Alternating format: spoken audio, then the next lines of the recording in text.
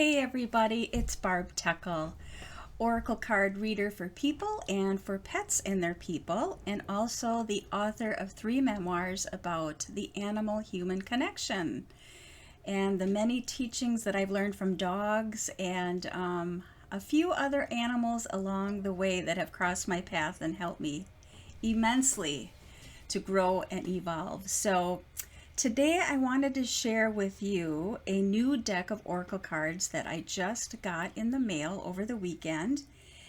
And this was a deck I had been watching for a while, and I didn't really realize until recently that there were many animals on the cards. And I collect animal Oracle cards, so even though there's a few in here that aren't animals, something finally just spoke to me that I needed to have this deck, and I'm really glad I got it. I worked with it this morning for a full moon. There's a full moon in Scorpio today, and did a personal reading for myself, and I just really enjoyed the reading and shed some light on some things that I knew were stirring within me, and lots of good stuff too. So it was really a great reading. So I wanted to share the deck with you in case it speaks to you, and I'm just going to share with you what I love about the deck.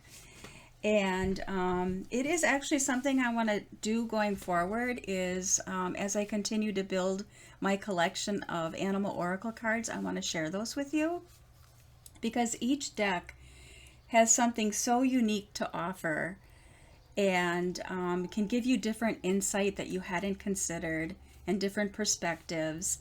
And of course, I'm very interested because I've been working on my own deck, and I'm going through the second draft of, I've got all the messages written, I've got all the artwork done, but I'm going through the second edit of the actual writing of the text, the writing of the messages. So this is just inspiring for me to see what other deck creators are doing, and then also for me to have my collection to not only use for my personal use, but to share with others when I do readings for other people. So let's get to the deck. So it is called the Sacred Journey Medicine Cards. And I loved the process of how the creator of this deck, her name is Mel Hofmann. And let me just read the text on here. These are 54 cards, and they feature life-changing images and a companion booklet with messages for each card. And on the back it says, the Sacred Journey Medicine Cards open up a gently piercing world of insight and activate a necessary dialogue with kindred spirits, including animals and plants that help bring healing and a deepened affinity with nature and ourselves. And aren't we in a time right now where that is so very important? This is how we're going to evolve, by connecting with nature and with ourselves. Mel has created compelling visual essence fields. Isn't that beautiful? Essence fields, I love that allow the spiritual energies to radiate and communicate with the viewer in a variety of ways.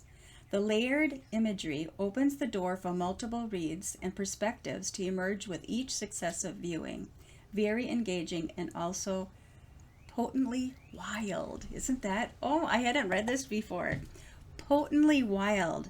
I love that. Potently wild. And that was written by a reviewer, Mark Bockley Insight. So I want to share with you, first of all, I wanted to share with you that her artwork, and I'm going to grab, oh, did I lose that now? Where did I put that? I had my favorite cards on the top here, and now I feel like I just lost them. Where did I put those? Oh no. Okay, while I'm talking, I'm going to look for that. Okay, so her artwork, let me just hold a card up. This one's Resilient with a ram on it. Is mixed media combined with her photography. So it's her mixed media art combined with her photography, which I think is really a unique way of doing this. And she shared us in the little companion book, she shares a sneak peek into her process of how she put this deck together. And I really appreciated that she said it was messy, and there were multiple layers to this. And isn't that just like life? Life is messy too, and there's so many layers. Just when we're done going through one layer of growth, another layer pops up for us to work with, to heal, to help us evolve and to move on. So I really like that she shared that process of, and I also loved her honesty in that. Let me just find this.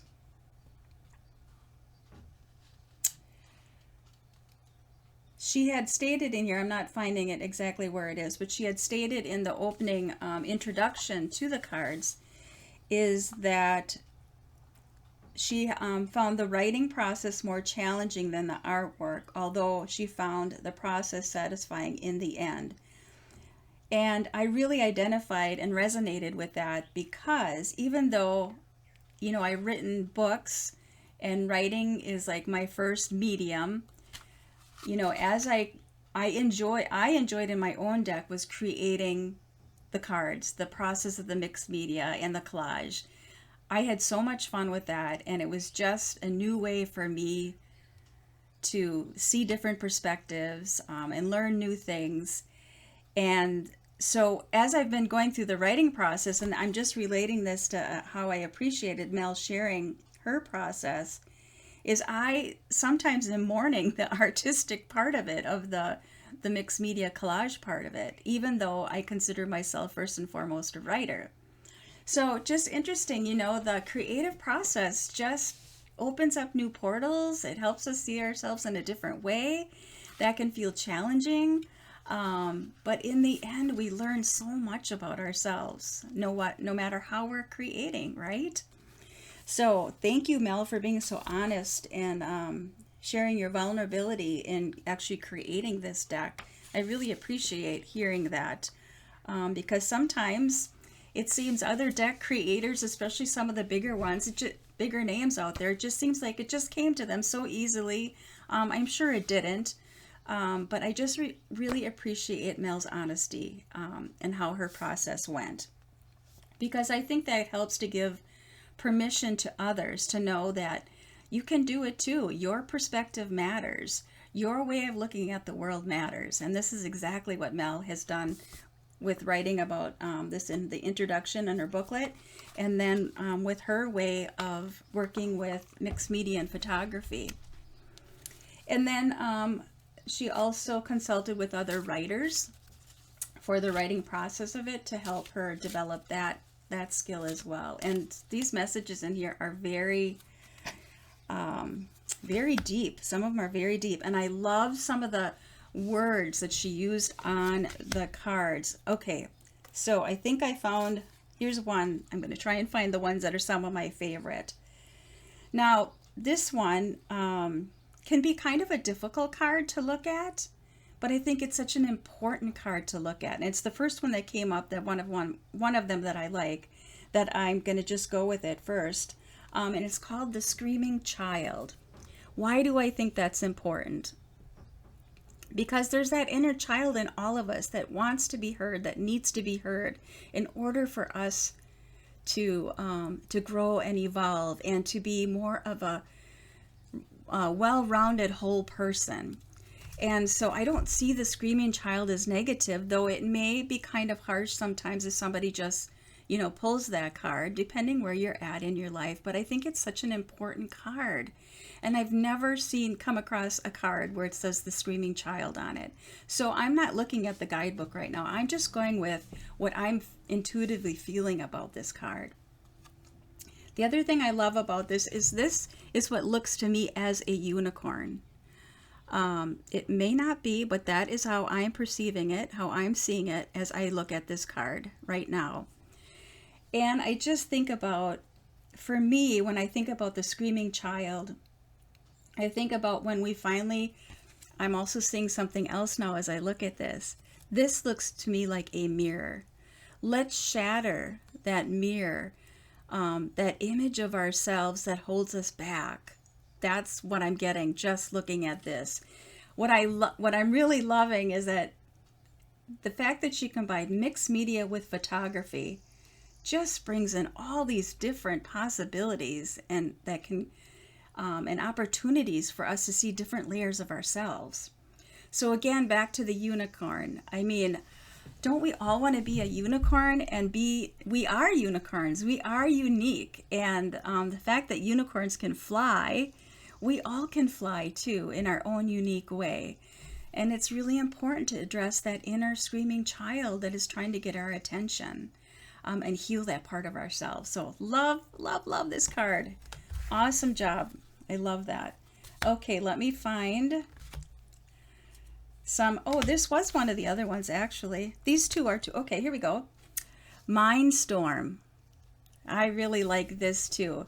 So let's think about those times when I saw this as Mindstorm and looked at it. I thought about those times when my mind is just going in a loop, constant loop, and it won't stop. You know, it's usually when I'm worrying about something or I'm in fear about something. And then just the fact that these are like pieces of your mind that are just floating around in there and nothing makes sense and it's just not coming together. It's like these little bursts of disconnection. That's what it feels like to me, bursts of disconnection. So, you know, if you have this deck and you happen to pull this card, it's really a good time. That's how I would interpret this in this moment right now is, where is my mind scattered? Why is my mind scattered? What do I need to look at to bring all those pieces together? All right, let's find, there's, I think, 3 more. I mean, I love the whole deck. This is a sweet card, Agility with the rabbit on it. I just love the colors and the sweetness and softness of the rabbit. Oh, this is another one I really liked, is I like the word self-reliance. And I think that was one of the cards. Now I'm not quite so sure if that was one. Let me just keep going. But that's the Self-Reliance card. Oh, shoot, I can't believe I mixed them up in here, but that's okay. Joy, I love this card, the dolphin. So often when I think of joy, I connect that to the hummingbird. So I loved that Mel sees joy as the dolphin. And I'm seeing this card also, the 4 sections, I'm seeing that as different seasons. So within different seasons, we perhaps find different things that bring us joy. That's how I'm reading that card. Okay. This is a beautiful deck. I love the quality of the stock also, and I love the image on the back with the bee, and it's just so colorful with the blues and the greens and the oranges, just very appealing to the eye. Okay, I'm going to find those other ones I liked. I did really like this one too, Windows of the Soul. To me, those look like pelicans flying in the sky. And you know, in a sense, I'm seeing this as little mirrors. Again, I'm on this mirror thing today for some reason. I'm seeing these as mirrors, you know, windows of the soul.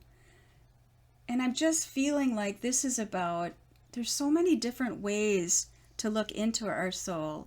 And again, you know, so many different reflections, you know, out in the world that are reflecting back to us what we need to look at, what we need to heal, what we need to know in that moment. So that's what's speaking to me about that one. There's a really good one in here that I really like, and I gotta find it because it's a word I have never seen used in a oracle deck before. It could have been used, but I've not seen it. I think it's going to be coming up because I'm almost to the end of the deck. So these are 54 cards. Here it is. Yes. Okay, I found the last 2 that I like all of them again, but these are the ones that really stood out to me the first time through the deck. This one, I've never seen the word shards used in a deck before, and that just really spoke to me. And, you know, there's a couple of the cards in here with the scattered pieces, and I think that when I came across shards, just made me think about the scattered shards within ourselves that can be painful, you know, emotionally, physically, and how important it is to heal those. And let me I have this all over my desktop right now because I was just so excited to share this with you. So let me just read what shards is, because I did not know what this plant was on here. And I found this very interesting. Perhaps you will too. And maybe this is going to speak to you today. And shards, an ancient Gunnera, Gunnera plant, rises up before you, connecting you to your prehistoric roots. This giant, spiky, medicinal rhubarb, it's actually a rhubarb, existed long before humans. Gunnera healing presents itself to you as a message that it is time to clear away the shards of your past that are littering your path and to find the medicine that works for you. The medicine that works for you. There's so many different ways in which we can heal and address those things within ourselves that are calling for us to look at. There's just not one way. And but I think it's important that we all look at those different scattered shards within ourselves and heal those. I'm going to read the rest of this because I love this card. Like fragments of ancient pottery unearthed in your garden, these pieces of the past have a beauty and a place in your personal history, but they may not be particularly useful to you now. You may wish to honor their beauty while gently setting them aside. Tap into the medicinal properties of Gunnera. If I'm saying that wrong, somebody let me know. I should have Googled it before, but I'll Google and find out how to pronounce that. To heal whatever pain they bring. So I really do believe this, and it's actually part of my path in life, which I recently discovered, is to heal the ancestral line, to not carry that same pain and that same burden forward. And I feel like that's what this card is saying also, that while you gently honor, that place from where our answers came from, we no longer need to carry that forward. We need to let that go. And I really believe that's what our ancestors want too. They want us to not carry that as a burden of their wounds and their mistakes, that they're really cheering us on. So love that card. The last card I'm going to share with you, I really like this one because I love the word and I love the animal that she associated or connected it with. So the word is investigation, and look at the top of the card is a raccoon. And raccoons are very resourceful, and they are very nosy and very investigative. So I just found that card, it really made me smile. But on a serious note, if we could look at going within ourselves, like that's what the other card in here, I think it's called Inner Adventure. That's what it is. That's what I loved about that card was, so often we think going inward is going to be painful, and it can be, but if we looked at it as an adventure, how much easier it would be to approach that. What are we going to discover? How are we going to grow? How much more joy are we going to bring into our lives if we're willing to look at that as an adventure instead of a scary, fearful thing? So investigation also, what can we investigate within ourselves that's going to open up this new portal that, again, is going to bring us more joy and more happiness once we heal that doesn't feel good within us. So, beautiful deck by Mel Hofmann. I am so glad I finally got this deck to add to my collection. Just absolutely love it, and really wish Mel all the best of luck and success with this deck. So if you're interested, do check it out. I'll leave a link below that you can go check it out for yourself to see if that's something you're interested in. And if you're interested in a reading from me, a one-to-one reading, I can't talk today because I was just so excited about the deck. One-to-one reading, feel free to reach out to me, and I would be happy to see if I can't help you along your growth in life. Here's the card. Look I just put all the cards back together, and there it is, Inner Adventure. With the wise owl to tap into your wise inner self. and go on this inner adventure that is going to bring so much healing and have you experience so much more joy in your life. And who doesn't want that, right? All right, I'm going to end with that. Again, I'll put the link below, and I'll have my links below as well if you're interested in checking out my work as well. All right, take good care, everybody. I'll see you again soon. Bye-bye.